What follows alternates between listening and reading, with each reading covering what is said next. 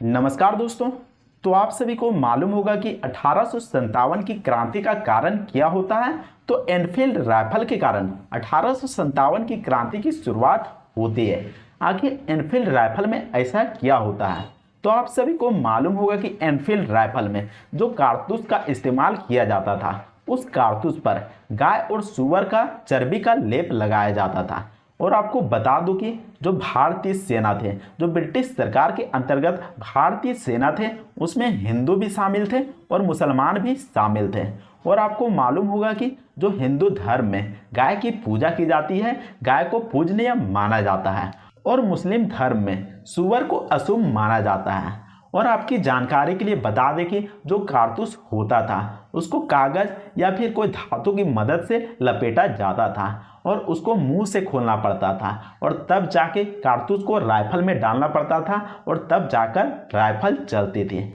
और जो उस कारतूस को मुंह से खोलना पड़ता था, जिसके कारण हिंदू और मुसलमानों का धर्म भ्रष्ट हो रहा था, जिसके कारण 1857 की क्रांति करनी पड़ी। जो भारतीय सेना थी उन्होंने बगावत करना शुरू कर दिया और विद्रोह करना शुरू कर दिया, जिससे कि 1857 की क्रांति की शुरुआत हुई थी। लेकिन सवाल उठता है कि आखिर एनफील्ड राइफल को क्यों लाया गया था और एनफील्ड राइफल से पहले कौन सा राइफल का इस्तेमाल किया जाता था। तो इस वीडियो में मैं आपको बताऊंगा कि आखिर एनफील्ड राइफल किस तरीके से भारतीय सैनिकों और अंग्रेजी सेना में बदलाव लाया। तो आप सभी को मालूम होगा कि समय के साथ हमेशा परिवर्तन होता है, और लोग क्या चाहते हैं? तो लोग यही चाहते हैं कि वह अपना काम को आसान कैसे बनाएं। लोग यही चाहते हैं कि वह मेहनत कम करें और अपना काम को आसान कैसे बनाएं, सुविधाजनक कैसे बनाएं। ठीक वैसे ही एनफील्ड राइफल ब्रिटिश सरकार के अंतर्गत जितने भी सैनिक थे उनका काम आसान कर देता है। अब उन सैनिकों को कम मेहनत करना पड़ता है और उनको सुविधाजनक भी बना देता है। तो चलिए आखिर कैसे यह काम करता है, आखिर एनफील्ड राइफल किस तरीके से बदलाव लाता है। तो आपको बता दूं कि जब एनफील्ड राइफल नहीं आया था तो उससे पहले ब्राउन बेस नामक राइफल का इस्तेमाल किया जाता था। 1853 से पहले ब्राउन बेस नामक राइफल का इस्तेमाल किया जाता था। और ब्राउन बेस राइफल का इस्तेमाल किस तरीके से किया जाता था? तो इसका इस्तेमाल करने के लिए जो सैनिक होते थे उसको दो थैलियाँ रखनी पड़ती थी। एक थैली में जो पाउडर रहता था, गन पाउडर रहता था, जिसको हम बारूद कह सकते हैं, एक थैली में वो मौजूद रहता था, और दूसरी थैलिया में गोली मौजूद रहता था। और फिर वे सैनिक जो राइफल रहता था, ब्राउन बेस राइफल रहता था, उसमें पहले गन पाउडर यानी कि बारूद को डालते थे और फिर गोली को डालते थे। और राइफल में एक यहाँ पर छड़ जैसा कुछ रहता था, उसकी मदद से बारूद और जो गोली रहता था उसको गन के अंदर धकेलता था, उसको कूचता था, और जो गन पाउडर और गोली अंदर चला जाता था, फिर जाके फिर राइफल को चलाया जाता था। और आपको बता दूं कि जो ब्राउन बेस नामक राइफल था वह बहुत ही कम रेंज का राइफल था, यानी कि सटीक निशाना भी नहीं लगा पाता था। यानी कि मान लीजिए दूसरा आदमी वहां पर खड़ा है 100 गज की दूरी पर, तो उसको मारना है, बगल में दूसरा आदमी खड़ा है तो उसको मार देगा। तो ऐसे में सटीक निशाना भी नहीं लगा सकता था। और इसके अलावा जो ब्राउन बेस राइफल था वह बहुत ही कम दूरी तक लोगों को मार सकता था या फिर किसी भी चीज को मार सकता था।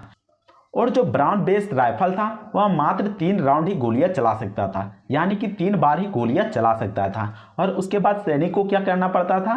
तो उसकी सफाई करना पड़ता था, यानी कि जो कारतूस, यानी कि 3 राउंड जो गोलियां चली थी उसमें जो कारतूस का जो टुकड़ा रहता था, जो साइड साइड का भाग रहता था, वो फंस जाता था। तो उनको हथौड़ी की मदद से ठोक ठोक कर साफ करना पड़ता था। ऐसे में सैनिकों को राइफल को रिलोड करने में काफ़ी समय लग जाता था, उन्हें काफ़ी मेहनत करना पड़ता था। इसके अलावा जो गन पाउडर यानी कि बारूद और जो गोली अलग अलग थैली में होती थी, उसके कारण कभी कभी क्या हो जाता था कि गन पाउडर कभी ज़्यादा मात्रा में डाला जाता था तो कभी कम मात्रा में डाला जाता था, और जिसके कारण फिर कभी बंदूक चलती थी, कभी नहीं भी चलती थी। और बंदूक कभी कभी ऐसी चलती थी कि मान लीजिए कि बंदूक ही ब्लास्ट हो जाता था। तो ऐसे में सैनिकों को काफ़ी समय देना पड़ता था और उन्हें बहुत ही ज़्यादा मेहनत करना पड़ता था। लेकिन जब एनफील्ड राइफल आया तब सैनिकों की स्थिति थोड़ी सी यहाँ पर अच्छी हो गई। तो चलिए अब आपको बताते हैं कि आखिर एनफील्ड राइफल कैसा राइफल था। तो जब एनफील्ड राइफल को लाया गया 1853 ईस्वी में, एनफील्ड राइफल को लाया जाता है और उसका जो कारतूस रहता है उसमें पहले ही से माप लिया जाता है कि कितने मात्रा में गन पाउडर यानी कि बारूद भरा जाए। तो आपको बता दूं कि एक कागज के टुकड़े में या फिर धातु के टुकड़े में पहले गन पाउडर को डाला जाता था यानी कि बारूद को डाला जाता था, फिर गोली को डाला जाता था। उसमें पहले से ही तय कर दिया जाता था कि कितनी मात्रा में गन पाउडर को डालना है और फिर गोली को डाला जाता था, जिससे कि सैनिक को आसानी होने लगी और डायरेक्ट कारतूस को खोलते थे और गन पाउडर को डाल देते थे। उनको मापने उपने की ज़रूरत नहीं थी कि कितनी मात्रा में राइफल में गन पाउडर को डालना है, वह डायरेक्ट डाल देते थे और गोली को सेट कर देते थे और राइफल को चला देते थे। तो उनकी परेशानी तो ख़त्म हो गई। इसके अलावा जो पहले क्या होता था, जो ब्राउन बेस राइफल होता था उसमें 2 थैलिया को धोना पड़ता था, लेकिन जो एनफील्ड राइफल आ गया क्योंकि इस कारतूस में पहले से ही तय कर दिया जाता था कि कितनी मात्रा में गन पाउडर डालना है और गोली डालना है, तो इससे भारतीय सैनिकों और ब्रिटिश सेना को आसानी होने लगी। डायरेक्ट वे कारतूस से बारूद निकालते थे और गोलियां को निकालते थे और राइफल में डालते थे और गोलियां को चला देते थे। तो उससे यह काम हो गया कि उन्हें अब डबल थैलियाँ नहीं धोनी पड़ती थी, मात्र उसको अब सिंगल थैली धोने की ज़रूरत थी। इसके अलावा जो एनफील्ड राइफल था वह ब्राउन बेस के मुकाबले काफ़ी ज़्यादा बेहतरीन था, क्योंकि वह ब्राउन बेस से अधिक दूरी तक निशाना लगा सकता था। ब्राउन बेस था वह कम दूरी तक ही निशाना लगा सकता था और सटीक निशाना भी नहीं लगा सकता था, लेकिन जो एनफील्ड राइफल था वह बिल्कुल सटीक निशाना लगा सकता था, यानी कि आदमी वहाँ पर खड़ा है तो ज़रूर वहीं पर लगेगा। लेकिन जो ब्राउन बेस राइफल था हो सकता है कि 2 आदमी को खड़ा कर दिया जाए, मारना रहेगा उसे तो मार देंगे हम दूसरा व्यक्ति को, तो ऐसा नहीं था एनफील्ड राइफल में। तो एनफील्ड राइफल सटीक निशाना लगा सकता था और ज़्यादा दूरी तक निशाना लगा सकता था।